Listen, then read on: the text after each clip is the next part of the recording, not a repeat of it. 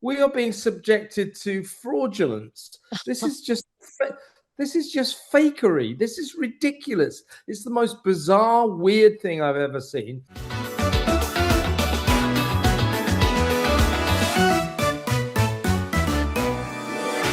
Welcome to Recollections May Vary, a royal recap. I'm Kinsey Schofield here with my co-host Kevin O'Sullivan, also the host of What Just Happened, the very popular YouTube series and Drive on Talk. So make sure you tune in to both of those programs where I occasionally make an appearance. Kev, we had a very fiery discussion on your show on Tuesday about Harry and Meghan's faux royal tour. I mean, they've touched down, they've cured all the sick kids at the hospital. I mean, what a blessing for Australia. I really, truly just changing lives over there in Australia. What was your first instinct when you started getting those visuals back from Australia of Harry and Meghan's faux royal tour? Well, you know, you and I and other royal commentators have been discussing this for many weeks now. The upcoming pretend royal tour of Australia. We've seen them, these weird events where they went to Nigeria, Colombia, not so long ago, Jordan. They're all pretend royal tours. But this was going to be sort of the mother of them all because it's Australia. It's part of the Commonwealth. The head of state there is still the British King, is King Charles, because it's a colony.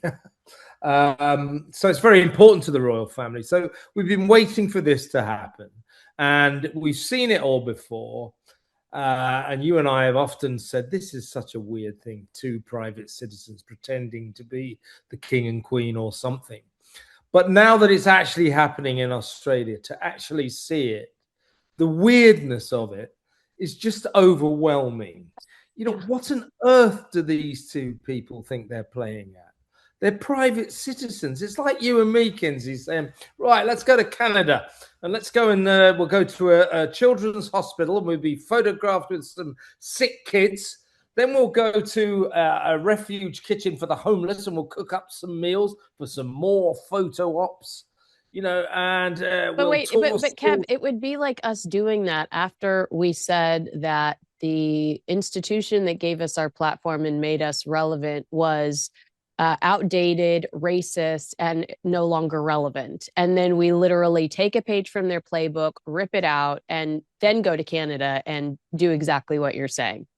It's a really good point that, you know, if they think that the way the British royal family operate is outmoded, that these royal tours are outmoded, why are they imitating them? Why are they mimicking them? Because that's what they're doing. They're just mimicking what the real royal family do when they go on proper official royal tours, which is a very, very strange spectacle. You know, I think Meghan, she continues to entertain her own personal fantasy that she is actually now a British royal. Oh, no, you're not, Ms. Markle, and you never will be. Harry, I just don't think he knows how to do anything else. It's all he's ever done is turn up, pose for pictures with underprivileged people and sick kids, cut a few ribbons, open a few libraries, launch a few ships. That's what royals do. That's fine. That's fine. It does a lot of good work, soft diplomacy for Britain. It is a real morale booster. If the king and the queen walk in to see you at your hospital or your school, it's a real morale booster. It's good. It's great. But you can't do it if you're not actually part of the royal family, of the British royal family. We are being subjected to fraudulence. This is just fakery. This is ridiculous. It's the most bizarre, weird thing I've ever seen. And in Australia, the weirdness that we've witnessed in Nigeria, Colombia, and Jordan is massively amplified. Yeah. Because of the kind of sort of anglicized nature of where they are. It's like America, you know, it's an English speaking, very closely connected to Britain.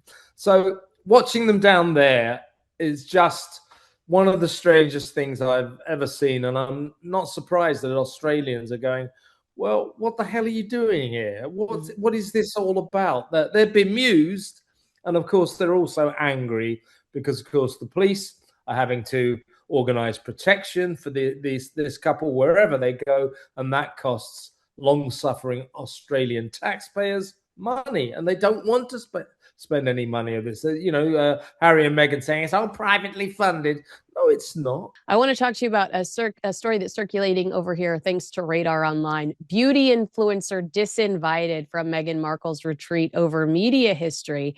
I mean, you're not on a, everyone's already skeptical about this 3-day retreat. And now this girl who typically writes about the best bra, now a girl that typically writes about a lip gloss that will survive the summer, is being rejected by Meghan Markle and her team for her media history. She's like, look, I don't write about Meghan. I don't even write about the British royal family. I write about like the best toenail polish for your skin tone. And you are rejecting me from Meghan Markle's 3-day retreat. Why? It's not a great look for Meghan, Miss Feminist, Miss Inclusivity, to reject this poor girl who forked up a lot of money because she thought it would be a unique experience. I think that this makes Meghan look like Kim Jong-un and absolutely ridiculous. Yes, not exactly a champion of free speech and freedom of expression. Now, this girl, she said that, I'm just a fan of Meghan.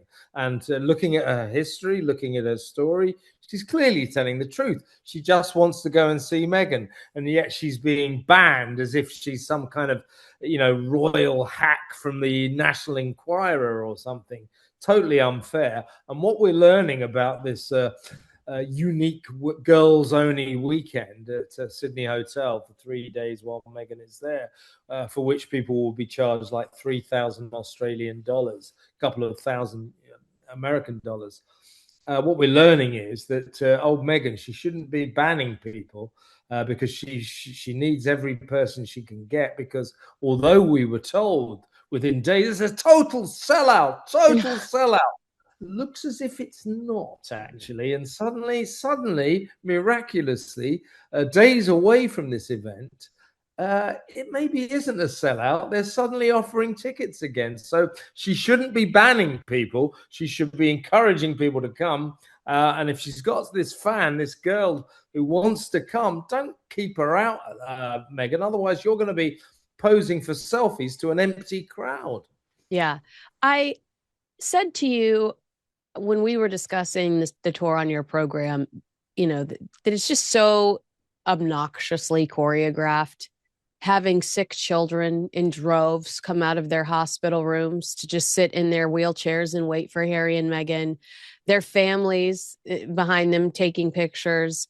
And obviously their PR team did a good job of orchestrating this, very insincere moment, but looks great on all the news outlets that are pandering to this pair of fake royals, unemployed royals.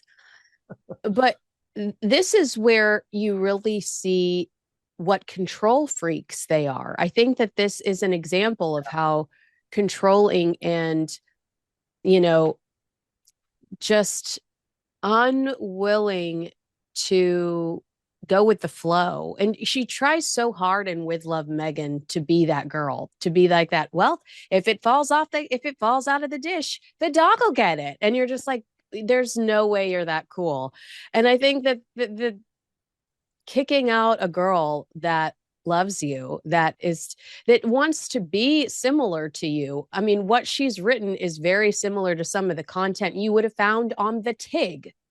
Yeah. I think is a great example of just, kind of the unhinged paranoia that we're dealing with, but also the extent of control that goes into, to me, it justifies what I said earlier about how they're handpicking these people to talk to them, and they're handpicking these photo ops because they're so stressed about making this look legit with so much negativity surrounding this trip. Yeah, look, she's pretending to be a proper royal, which she isn't.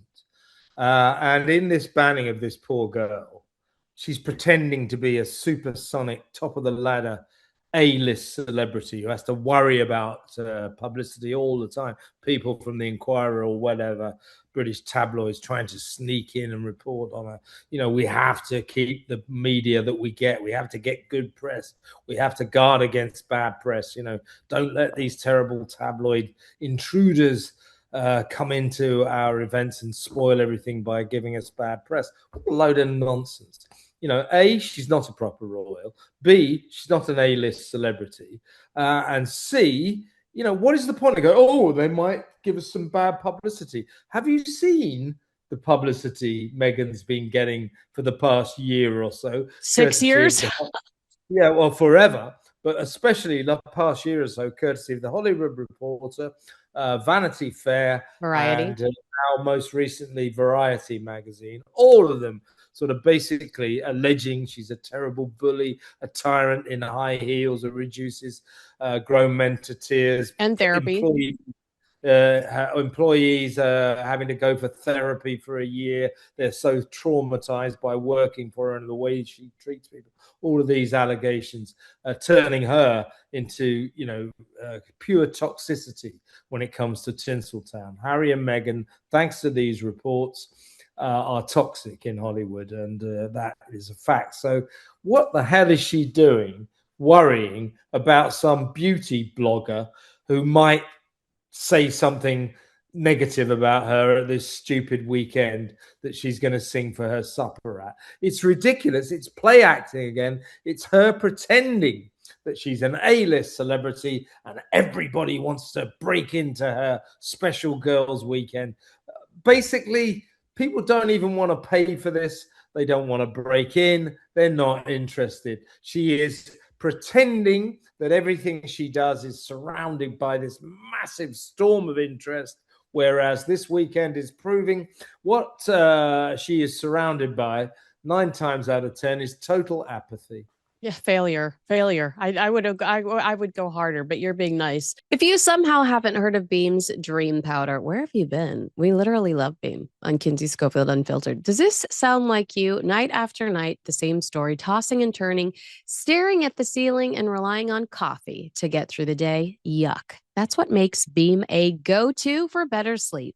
With Beam, nights feel more restful without the tossing and turning, and mornings start with real energy, not grogginess.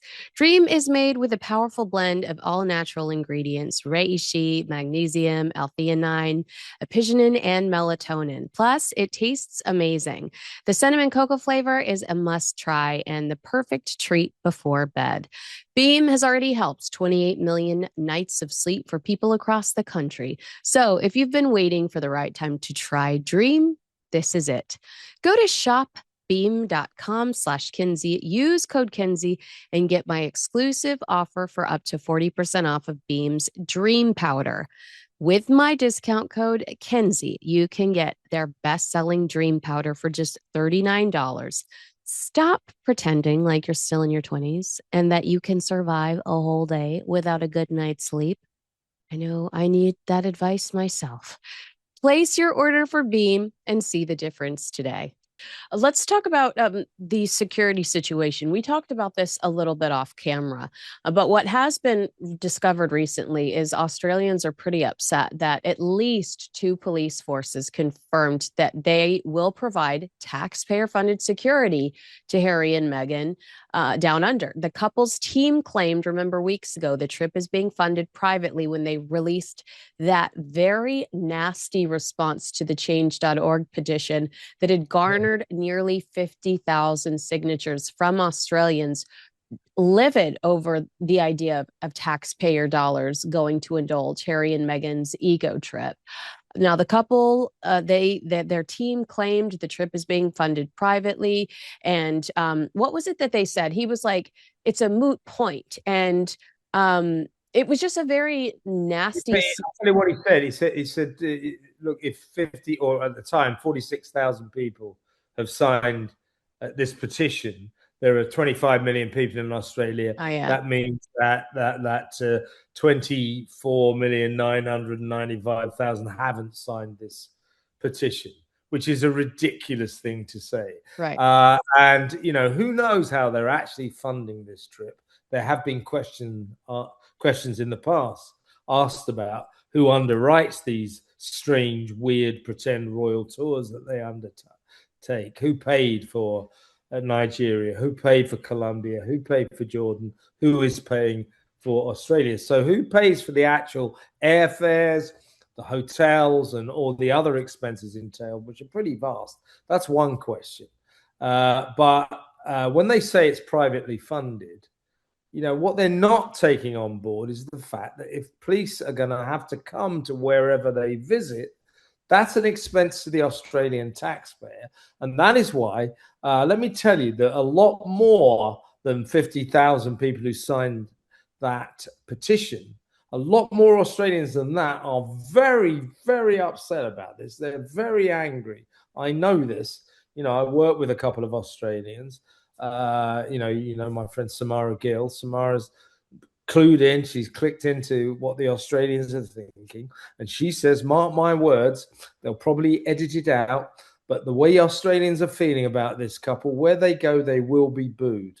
I saw on Channel 7, who I work with over in Australia, that they anticipate just for the 4 days that Harry and Meghan are there, that it will cost hundreds of thousands of dollars in taxpayer funded security. And that's unacceptable, because the reality is this is, I told you this on your program. I do feel confident. This is my opinion, but I feel confident in it, that this is a business trip. And Harry and Meghan added some of these little charity moments so that people would not skewer them over the business element of the Australia trip, the 3-day retreat, Harry getting paid to speak at a mental health conference.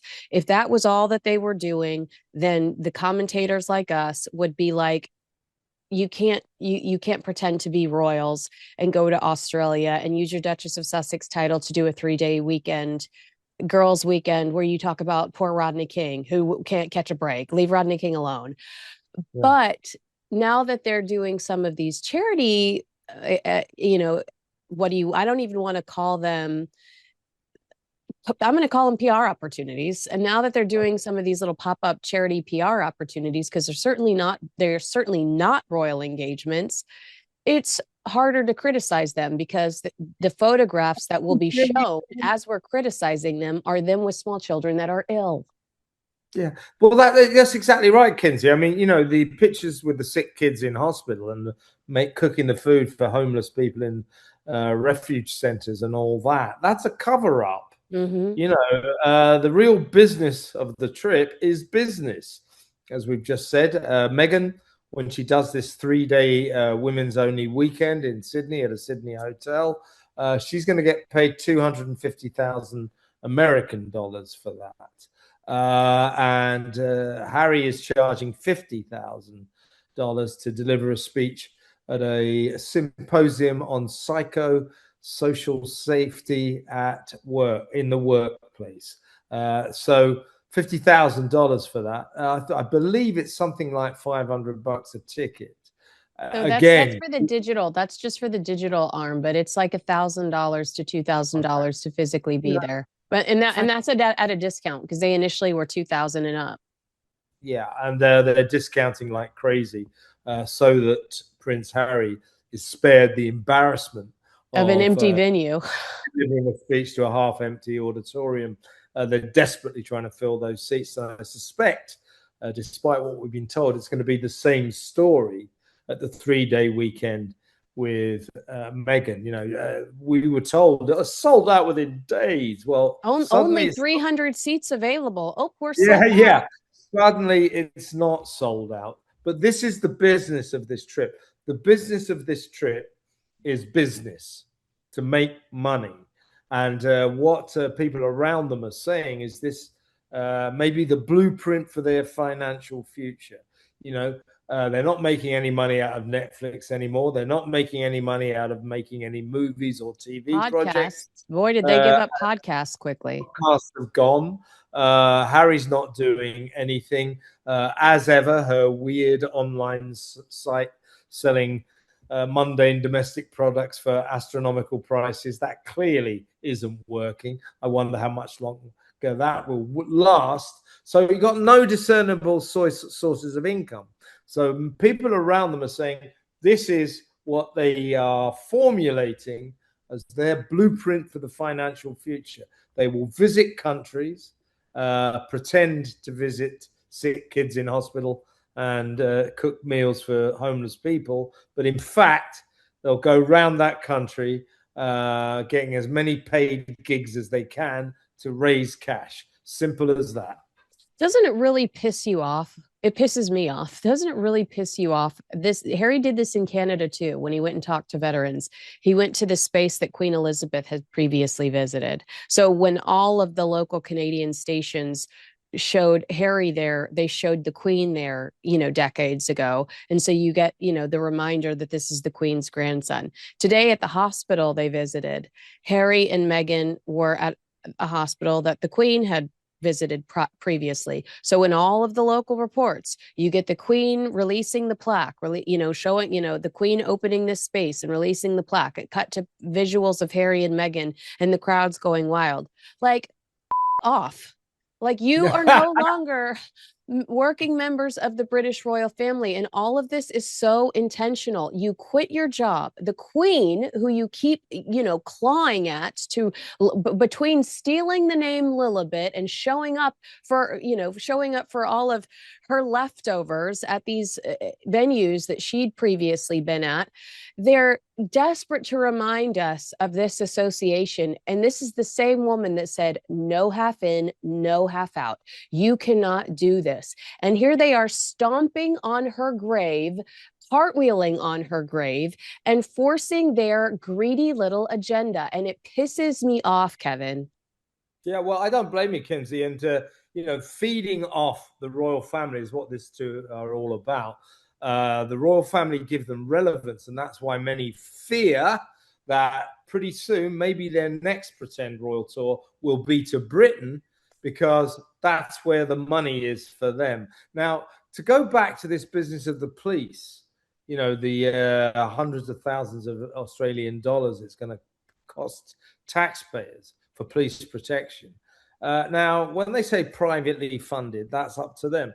But you could say, well, how do they pay for the police? Well, they could pay for the police in the way that Harry is proposing that he pays for the British police when he comes here on private visits. His long-running, very expensive legal campaign to get armed gun guard police protection when he comes to Britain.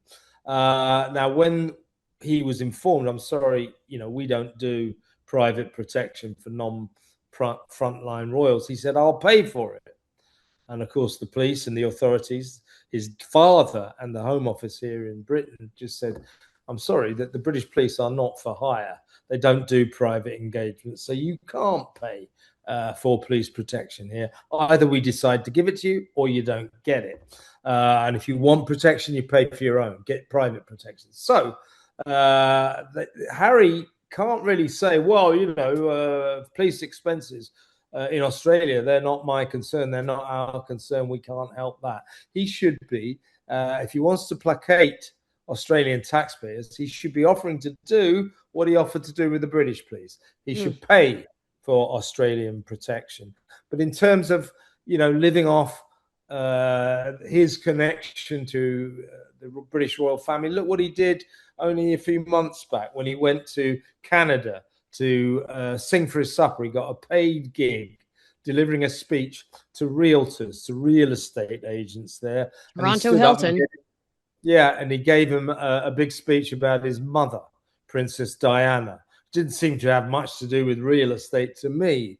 But that's Harry for you. He's got two topics, my dad's the king, or three topics. My dad's the king, the late, great Queen Elizabeth was my grandmother, and guess what? That Princess Di, that was my mum. Yeah. Those are his selling points, and they milk those for all they're worth. And you know what? At the end of the day, Kev, like when all is said and done with, like he's also going to be known for one more thing, being Meghan Markle's husband. But he's such an empty vessel.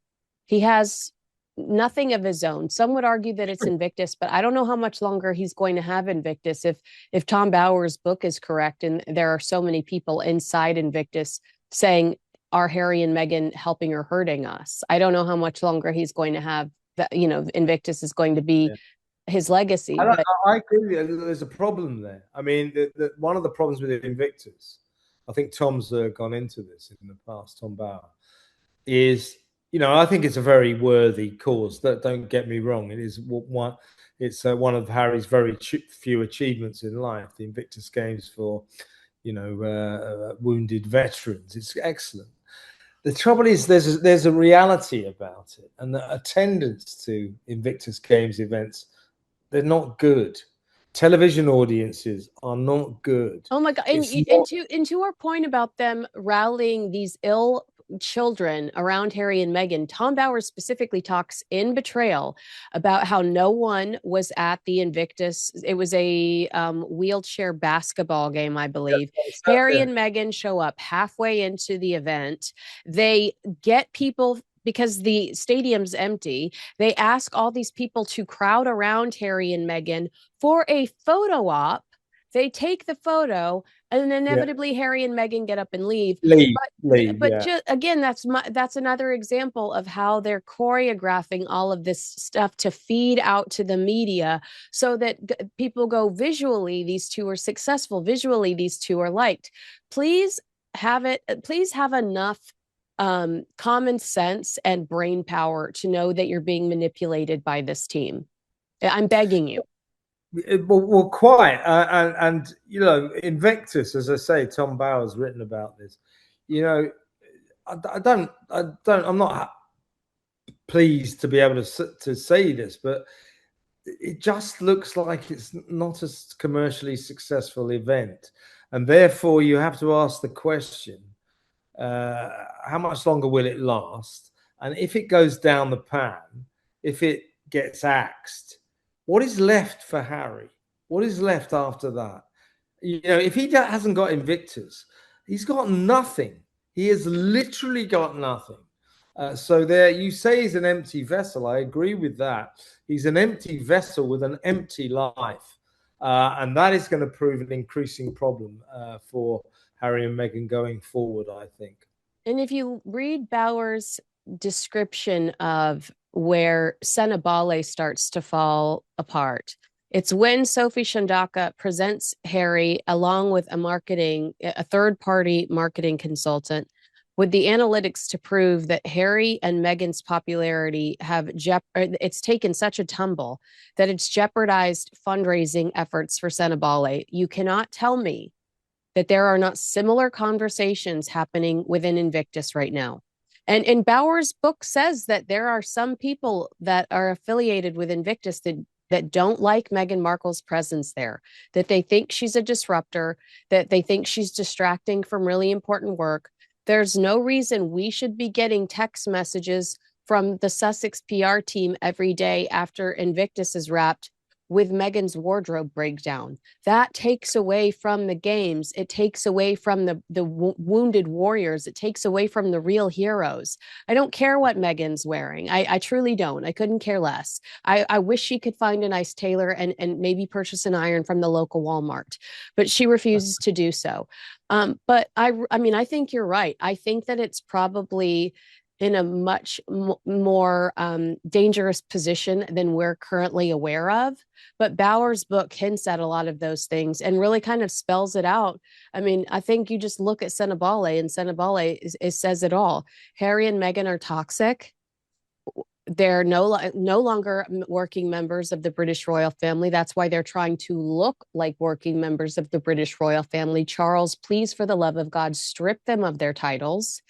And Harry and Meghan, this is a desperate attempt for them to try to save face after the actions have consequences, and they've blown their own brand with their negative, bitter behavior. Yeah, I mean, it's no secret there's quite a few people within the Invictus organization. I mean, whilst they, shall we say, pay lip service to Harry, they find Meghan to be incredibly annoying, and that she overshadows their events. She treats Invictus Games events like a personal photo shoot. Paris Fashion Week. Yeah, she turns up, hogs all the limelight, gets all the pictures, and detracts from what those games are all about. So lots of people within the Invictus organization do feel that her effect on everything is negative, not positive. As for Harry and Sentebale, I mean, as we know, last week on Friday, suddenly Sophie Chandorka and the directors of Sentebale, Harry's former charity, sued him and his friend and associate Mark Dyer for libel. They said that they were defaming the organization. And that they were suing them for libel. So Harry, very fond of suing everyone else for libel. Newspapers, he sues newspapers for libel about 4 or 5 times a week, always in the courts for accusing others of defamation. It's going to be interesting to see how he likes it. Now, what was interesting or kind of fascinating about the Sentebale row was that in the end, it boiled down to this. Sophie Chandorka, and shall we say, the Africans involved in that excellent charity. Again, it's a good cause. So that for creating Sentebale, a charity for the children of people who died from AIDS in Africa, for creating that charity, all power to Harry's elbow. Yeah, you're giving him too much credit, Kev. This was a guy that was running around doing drugs, drinking underage, and wearing Nazi costumes. And the palace said, we've got to keep him busy. Let's create some initiatives for him to keep him busy. I'm right. Like, I love that you're being kind right now, but that he was black, but you're not giving him any. But what I'm just saying, it's like I love that you're being a kind person right now. I woke up and chose violence. Obviously, you didn't. But the reality is, he was a troublemaker, and they needed a way to keep him busy and to keep him out of trouble. Otherwise, he was throwing fists at paparazzi outside of nightclubs. Yeah, that's true. But look, what struck a chord with me, and I'm sure it did with you as well, is when Sophie Chandorka and Harry and everybody split. And Harry and Mark Dyer and the gang sort of stomped off, resigning, accusing Sophie of misrunning the organization. What Sophie Chandorka didn't like, and what the other African people involved in the charity didn't like, was the style of fundraising. Harry hadn't been to Lesotho for 6 years, but what he was doing regularly was meeting his champagne quaffing, polo playing pals to play polo in Florida. Yeah. Drinking Veuve Clicquot to raise money for these poor kids in Africa. And it came across like white saviorism. We're raising money for these kids in Africa, but thank God we don't have to go there. Would you like another glass of champagne? Let's have another game of polo. That's what Sophie Chandorka didn't like. And Harry hated to be called out for this. I know. And if you go back and watch the original interview she gave, I think it was to Sky, she says specifically that Harry was going behind her back to donors, saying, don't give her any money, because he was trying to set her up for failure so that he could give her the boot. And that is, I'm not saying that he's guilty or not, but if she has evidence to prove that Harry was jeopardizing the future of this charity by talking negatively about the charity, even if it's just Sophie, she is a representative of the charity. And by the way, if I'm a donor and Harry comes to me and brings me this BS, I say, grow up. I'm going to take my money elsewhere, because you are very immature and I don't have time for this kind of stuff. One thing, Kinsey, is what he said after Sophie Chandorka, basically accused him and the other directors of, being distant directors, never coming to Lesotho. I mean, it does say a lot, doesn't it, that Harry hadn't been to Lesotho for 6 years. Mm-hmm. So you can see where Sophie's and she had to ask him, can you please come out here, before he finally did. Exactly. Now, what he then said when they split, because they tried to kick Sophie Chandorka out, but she won the battle. And she remained as chairwoman. So Harry and Mark Dyer and the gang stomped off in high dudgeon. staged a hissy fit and resigned. Harry then accused the charity directors or Sophie and the gang of telling, and I quote, blatant lies. That's what he said. He accused them of telling blatant lies. Now, in the public sphere, if you're on the public stage, you better be careful before you accuse anyone of telling blatant lies. Little kids in playgrounds accuse each other of telling blatant lies. Yeah. In the grown-up world, if I went onto TV tomorrow and said Kinsey Schofield is a blatant liar, she tells blatant lies, that's libelous. You could sue me. So he's found out a lesson about the grown-up world. Whether or not he's guilty of libel, we don't know. We'll have to wait to find out. But what he has found out, that you can't go around just accusing people who've upset you, who've annoyed you, of telling blatant lies without there being consequences. Well, and it's like, is it that not like, I mean, here I am. Here's my libel moment. Isn't that pot meat kettle? I mean, pot meat kettle, Prince Harry. I did say to Page Six that I felt like this could be an amazing moment where Harry's finally challenged on, it's always Harry's truth, not the truth. It's Harry's truth. And this might be a very uncomfortable position where he's finally challenged on some of the things he said. He's never challenged. Tom Bradby tries to challenge him on the racial thing and then scoots right over it. No one's ever, Oprah didn't challenge them at all during their Oprah interview where they accused somebody of racism. No one challenged him face to face regarding some of the issues in his book there's literally proof, some of those moments aren't true. Like when he claims he was alone when he found out the Queen Mother had passed away and he was on a skiing holiday. I mean, it's just like, this might be the first time where he's actually challenged about his work or his words or his actions. Well, exactly right. This is a guy who's grown up in this entitled world, a member of the royal family, as you say. Nobody ever challenges him. Nobody ever says that's not true. Everybody laughs at his jokes. It's a strange life. You need a certain level of intelligence to realize that all these flatterers, all these people who are laughing at your jokes saying, yes, sir, no, sir, 3 bags full, sir. They're only doing that because you're a member of the royal family. Harry hasn't got the intellectual capacity to handle that. So he's become so entitled that if somebody upsets him, says something he doesn't like, he just starts calling them blatant liars. Well, he's found something out. Kids can call each other blatant lies in the school playground.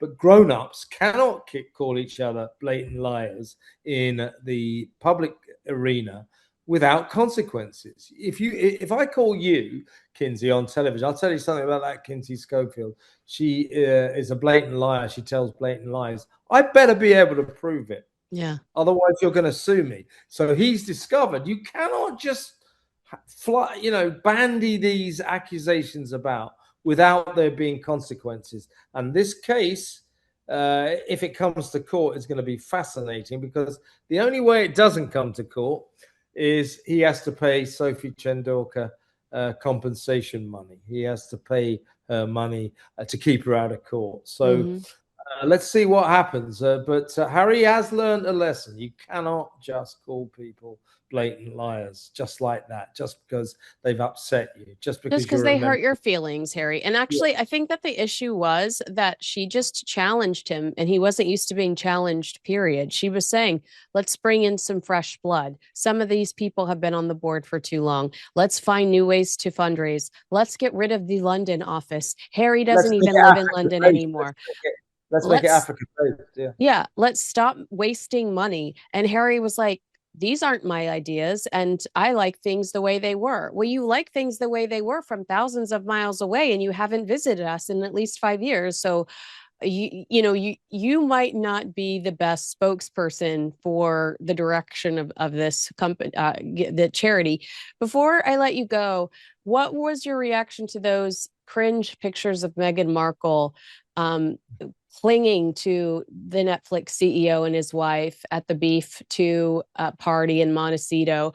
I loved Page Six, or no, I'm sorry, Radar wrote this piece called Meghan Markle Shows Exaggerated Body Language. And they go into just how she's melting all over poor Ted and holding hands. At one point, there's a group shot of the four of them, and the person, the body language expert, says in the picture, Ted Sarandos and his wife, they stand together. Their bodies have turned towards each other in a classic couples pose. In contrast, Meghan leans away from Harry. This is a clear sign that she favors her career over her personal life. Pleasing the CEO is more important to her than pleasing her husband. I mean, I was just like, mic drop. If that doesn't define this woman, what does? Yeah, so she's draping herself all over Ted Sarandos and poor Mrs. Sarandos. And Mrs. Sarandos looks like she'd rather be anywhere else in the world. And you look at Meghan's face, and she's not sort of just laughing. It's like this. It's like this ridiculous, clearly fake Exaggerated. laugh, way over the top, hugely exaggerated. And I think what she's trying to depict is that her and Ted and Netflix, they're still just like that. My guess is, again, just my speculation, that Meghan saw Mr. and Mrs. Sarandos across a crowded room and made a beeline for them in order to try to show that her and Netflix are still right on track, but they're not. That deal is gone. That ship has sailed quite clearly. I'm sure that Ted, Mr. and Mrs. Sarandos, were merely humoring the woman who didn't do much for Netflix at all. Yeah, I mean, by all accounts, Ted Sarandos is a really nice guy, a kind individual. So, I mean, I can see him being like, "Sure, jump in, let's get a picture." But to me, I first of all, I know people are going to crucify me if I don't mention that apparently this was a black and white party and Meghan wore like lime green. So I'll mention that just so because I know the comments are going to pop off if I don't mention this allegedly. But what my observation was, too little too late, Kevin. 6 years. It's been at least 6 years since they signed their contract with Netflix. Not only did I see them do little to no press to promote the only commercial success that they had with Netflix, the Harry and Meghan docuseries, but I saw them do zero promotion for Polo, zero promotion for Heart of Invictus, zero promotion for Live to Lead. And I've said for years, I've never seen them walk on a carpet to promote a Netflix project. Yet there they were at the Bob Marley premiere for Paramount. They've never promoted Netflix in this way.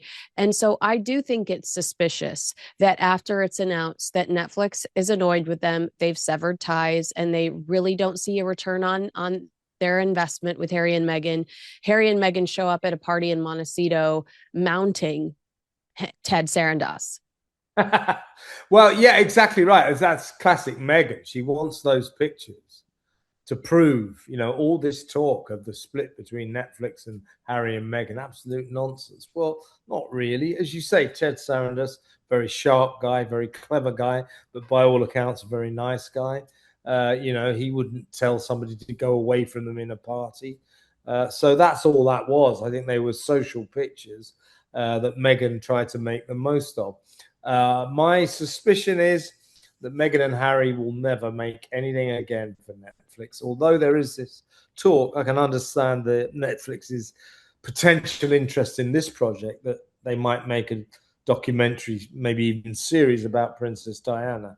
Did you know Princess Diana was Harry's mother? I don't know if he's ever mentioned. Oh my God, you're kidding.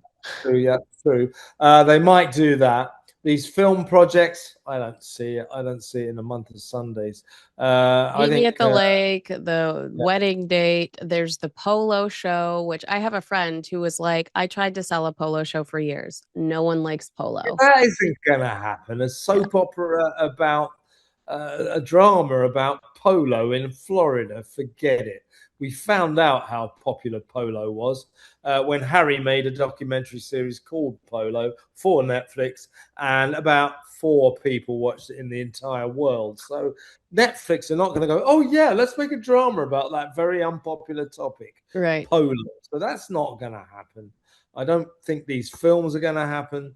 I think Netflix might be vaguely interested in a documentary series on Princess Diana, although I'll tell you this, they will not have confidence in Harry and Meghan to produce it. No. But maybe the next big Meghan show on Netflix that we see, which might be why Netflix are keeping their hand in a bit, it might be Why I Divorced Prince Harry by Meghan Markle. The royal divorce.